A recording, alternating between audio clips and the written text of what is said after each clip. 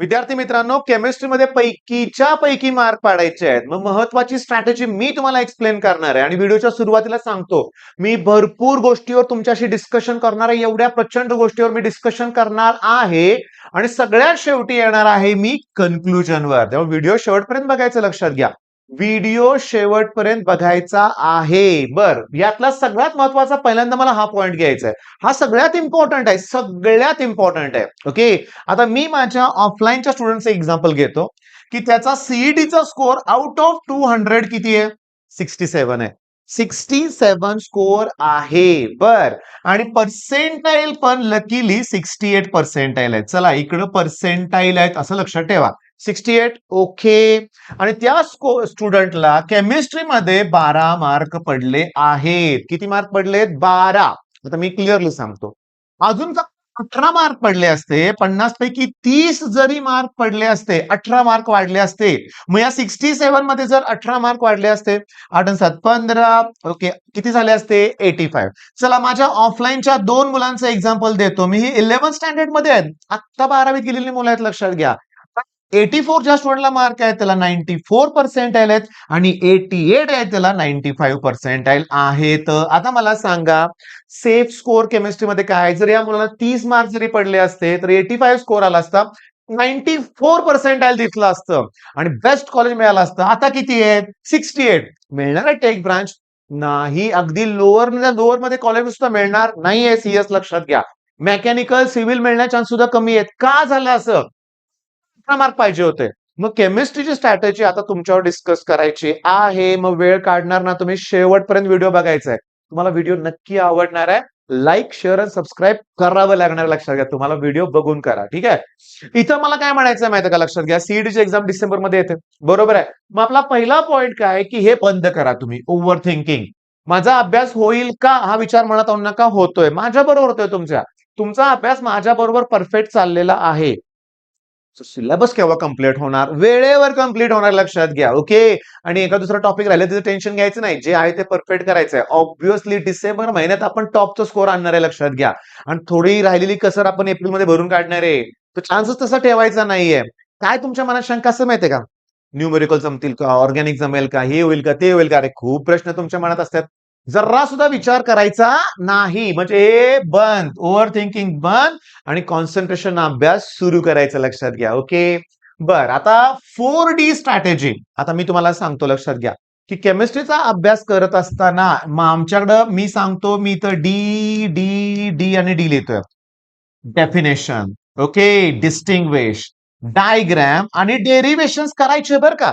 केमिस्ट्रीचे सगळे डेरिव्हेशन्स करायचे. 10 ते 15 दरम्यान फक्त प्रश्न आहेत. टोटल डेरिव्हेशन होय. सॉलिड स्टेट मध्ये एक डेन्सिटीचं डेरिव्हेशन आहे. त्याच्यानंतर सोल्युशन मध्ये 4-5 डेरिव्हेशन्स आहेत. थर्मोडायनामिक्स मध्ये, केमिकल कायनेटिक्स मध्ये फार एवढेच आहेत, जास्त नाही आहेत.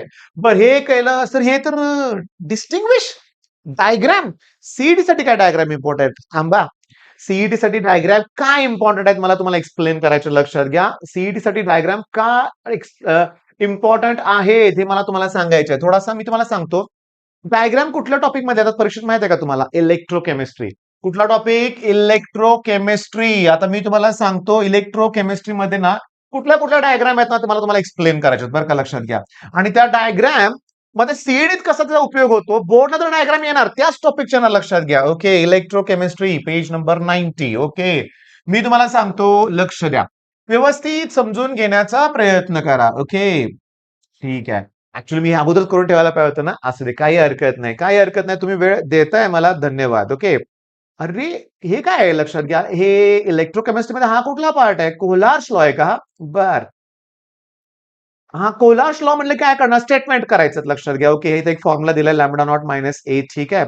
ओके, आणि आता मी तुम्हाला सांगतो, लक्षात घ्या. व्यवस्थित डायग्राम कडेच न्यायचं आहे मला, तुम्हाला डायग्राम कडेच न्यायचं आहे. ओके, 4-5 डायग्राम आहेत, जास्त डायग्राम नाही. एसएचए आहे, ड्राय सेल आहे. ओके, हा इथे येऊ देत. ओके, आता ह्या डायग्रामचा अभ्यास करताना सीडीत काय विचारलंय की जे H2SO4 आहे त्याचं कॉन्सन्ट्रेशन किती पर्सेंटेज आहे? 30% आहे. एनोड कोण आहे, कॅथोड कोण आहे हे विचारतात. आणि डायग्राम नंतर इथे बघा डेन्सिटी दिली ना, हा सुद्धा सीईटीतली पीवायक्यू आहे, लक्षात घ्या. म्हणजे तुमच्या लक्षात आलं का? बोर्ड प्लस सीईटी मॅनेज केलं पाहिजे. Board plus CET, definition, distinguish, diagram and derivation आणि प्लस जर तुम्ही लॉ जर केले तर बोर्डच्या एक्झाम मध्ये 10 ते 15 डेफिनेशन असतात. डिस्टिंग्विशचा एक प्रश्न असतो, डायग्राम एक असतो, डेरिव्हेशन 1 to 2 असतातच, लक्षात घ्या. आणि लॉज जर सगळे केले आपण तर इथं बोर्डची तयारी तर परफेक्ट होणार आहे. बोर्ड प्लस सीईटी सायमल्टेनियसली करावंच लागेल. बोर्ड प्लस सीईटी सायमल्टेनियसली करावंच लागेल. प्लस सगळे फॉर्म्युले करावे लागतील. सीईटीचा कुठलाही पेपर काढा, एक तरी फॉर्म्युला असतो, एक तरी डेफिनेशन असते. सोपे प्रश्न असतात, पण मी तुम्हाला सांगतो. आता एक काम करूया, चला. ओके, इथे बघा, सॉलिड स्टेट नावाचा एक टॉपिक आहे. त्याच्यातलं हे वाक्य बघा, पुस्तकातलं वाक्य, की बोरॉन, जर्मेनियम, ओके, आणि हे कोण आहे सांगा, इंडियम, हे ट्रायव्हॅलेंट इम्प्युरिटी आहेत.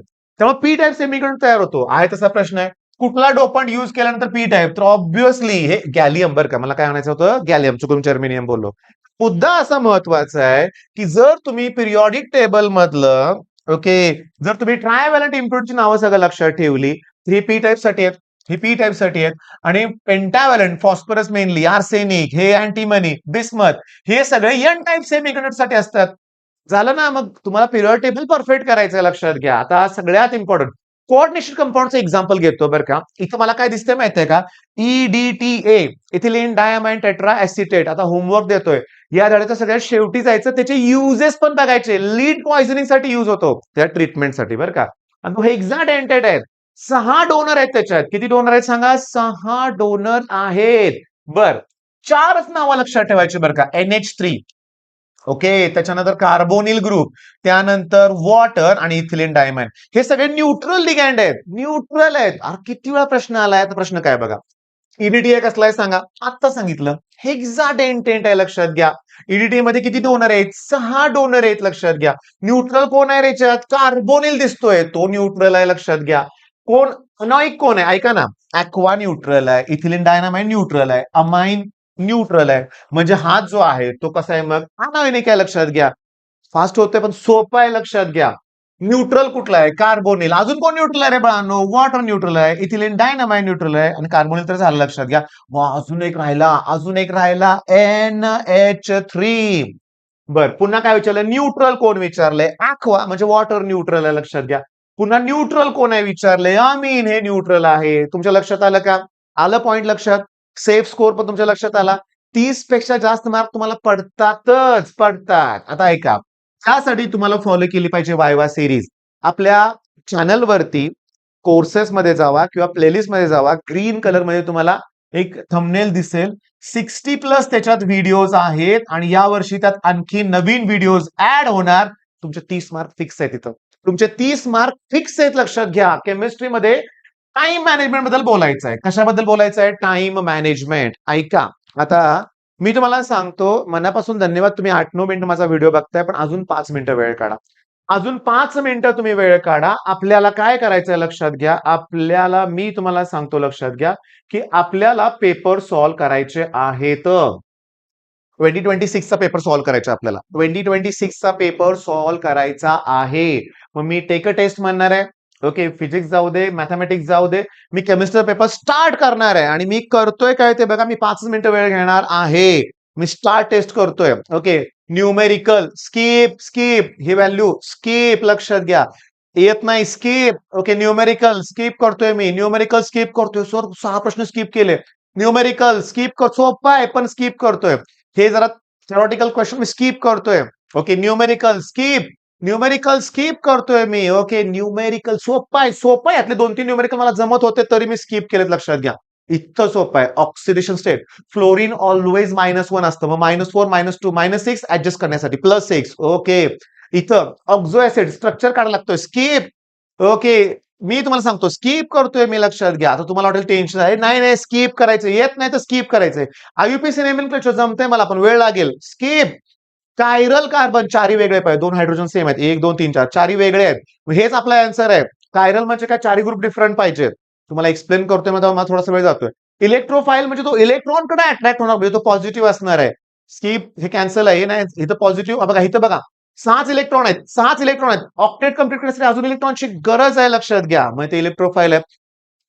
पॉलिमर मध्ये एक मेकॅनिझम आहे, त्यातलं प्रोपॅगेशन स्टेप ही असते, लक्षात घ्या. ओके, न्यूमेरिकल स्किप, येतंय मला न्यूमेरिकल. सोपं आहे न्यूमेरिकल, स्किप, स्किप, लक्षात घ्या. स्टील मध्ये इंटरस्टिशियल इम्प्युरिटी डिफेक्ट असतो. बॉटल हेनरीज लॉ आहे, लक्षात घ्या. बॉटल ओपन केलं की प्रेशर डिक्रीज होतं, सोल्युबिलिटी डिक्रीज होते. ओके, प्रेशर कमी होतं. हे पहिले सी बरोबर आहेत, पहिले 3 बरोबर आहेत आणि चौथं जे आहे ना, प्रेशर वाढत नाही हे लक्षात घ्या. Numerical skip. Okay, colligative property. अरे ऑस्मोटिक प्रेशर ही कॉलिगेटिव्ह प्रॉपर्टी आहे. न्यूमेरिकल स्किप करतोय मी, न्यूमेरिकल स्किप करतोय. फॉर्म्युला मगाशीच आपण बघितलेला फॉर्म्युला, हा फॉर्म्युला बरोबर आहे. कॅटलिस्ट काय करतो? ऍक्टिव्हेशन एनर्जी डिक्रीज करतो, इन्क्रीज नाही करत. ऍक्टिव्हेशन एनर्जी डिक्रीज करतोय, लक्षात घ्या. Okay, numerical skip. न्यूमेरिकल खूप सोपं आहे, पण थांबा, न्यूमेरिकल नाही, ऑर्डर आणि मॉलिक्युलर विचारले. एक लक्षात घ्या, 2 मॉलिक्युलर हे बाय मॉलिक्युलर आहे आणि इथून कळतं की ऑर्डर 2 आहे. सेकंड ऑर्डर आहे बाय मॉलिक्युलर. रेस टू ऑर्डर असते, लक्षात घ्या. Okay, 1 dimension. सोपं आहे, पण थेरी कमी पडते.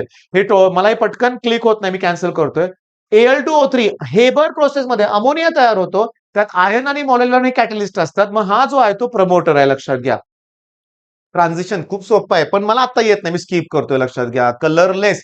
डी ट्रान्झिशन आणि ट्रान्झिशन मध्ये सांगतो, 0 इलेक्ट्रॉन अनपेअर असतील तर कलरलेस, कारण एक तरी अनपेअर्ड इलेक्ट्रॉन पाहिजे कलरसाठी. डीडी ट्रान्झिशन साठी. न्यूट्रल कोण आहे आता सांगा ना, की हा अमोनिया न्यूट्रल आहे. हा क्लोरीन आहे की त्याच्यामध्ये? इथं बघा नुसतं कार्बोनिल आहे, मग हा न्यूट्रल लिगँड आहे. न्यूट्रल आहे, हेट्रो नाही जमत नाही, वेळ लागेल, लक्षात घ्या. पण बघा माझे 4-5 मार्क केले बरं का. ही रिएक्शन माझ्यासाठी सोपी आहे, की अल्कोहोलिक झालं की डिहायड्रो हॅलोजिनेशन इलिमिनेशन रिएक्शन अल्कीन तयार होतं आणि 2 ब्रोमो पेंटेन 5 कार्बन पैकी दुसऱ्या ब्रोमिनला आहे.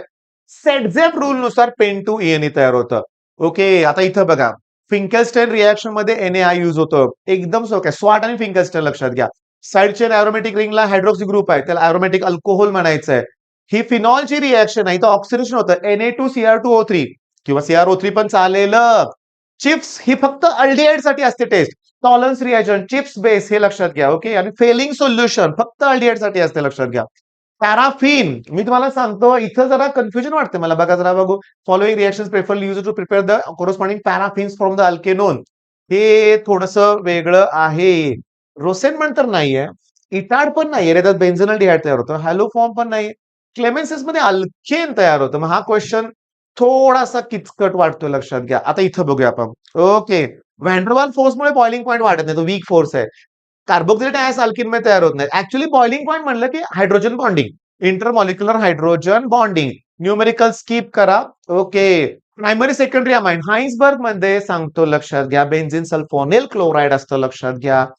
ब्रोमिन वॉटर सांगतो. इथे जर तुम्ही ना स्ट्रॉंग ऑक्सिडायझिंग एजंट युज केला HNO3 तर सॅकॅरिक ऍसिड तयार होतो. ग्लुकोजचे 6 रिएक्शन्स आहेत, लक्षात घ्या. 6.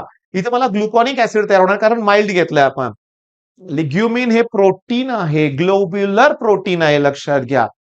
हा बघा, कुठल्या पॉलिमरमध्ये फ्लोरीन आहे? टेफ्लॉन मध्ये CF2 डबल बॉन्ड CF2 असतो, लक्षात घ्या. फ्लोरीन चारी फ्लोरीन असतात, लक्षात घ्या. त्याच्यात क्रॉस लिंक्ड. बॅकेलाइट, बघितलं उत्तर मिळते. ऍस्पिरिन, सॅलिसायलिक ऍसिड पासून ऍस्पिरिन तयार होतात, हे कॅन्सर.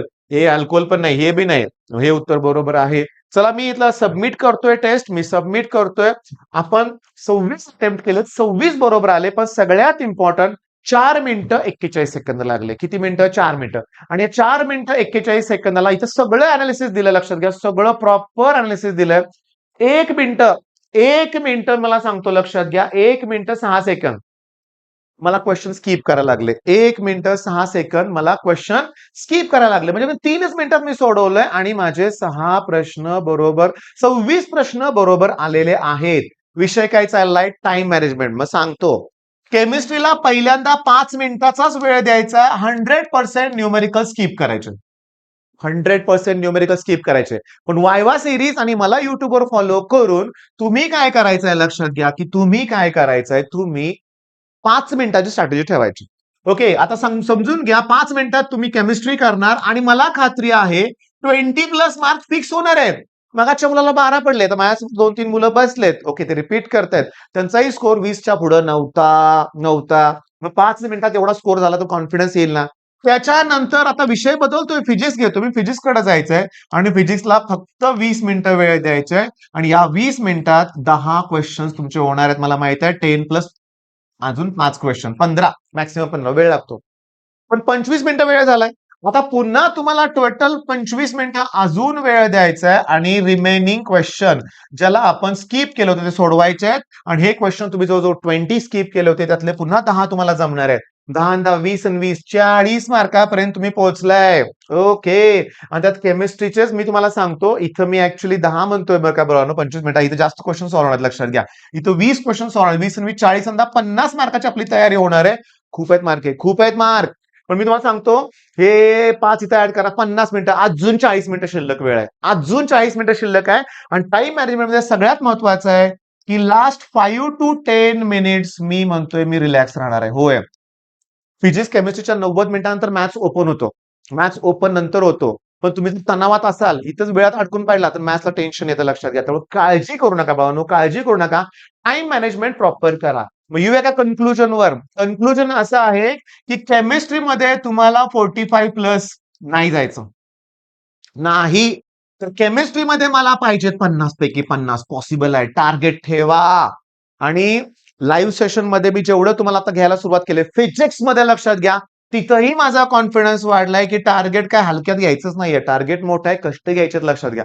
पण थिअरॉटिकल कन्क्लुजन असं आहे की थिअरी शिवाय नाही होणार. न्यूमेरिकलला घाबरताय मी घेतोय, ऑर्गॅनिकला घाबरताय मी घेईन. पण थिअरॉटिकल प्रश्न आहेत ना, ग्रीन केमिस्ट्री, पॉलिमर, बायोमॉलिक्युल्स हे बोनस आहेत. वायवा सिरीज करा. वायवा सिरीज करा, मिस करू नका लक्षात घ्या. आणि मी तुम्हाला सांगतो, मी इथं सांगतोय तुम्हाला, काय सांगतोय, ऑल द बेस्ट म्हणतोय. तुम्हाला तुमचं यश मिळणार आहे. फक्त कष्ट प्रामाणिक हवे आहेत. कष्ट प्रामाणिकपणे हवे आहेत. आणि सगळ्यात इम्पॉर्टंट लक्षात घ्या, इथपर्यंत आलाय तर सांगतो, चॅनलवर लाईव्ह सेशन्स आहेत, ऍपवर 100 प्लस फ्री व्हिडिओ आहेत.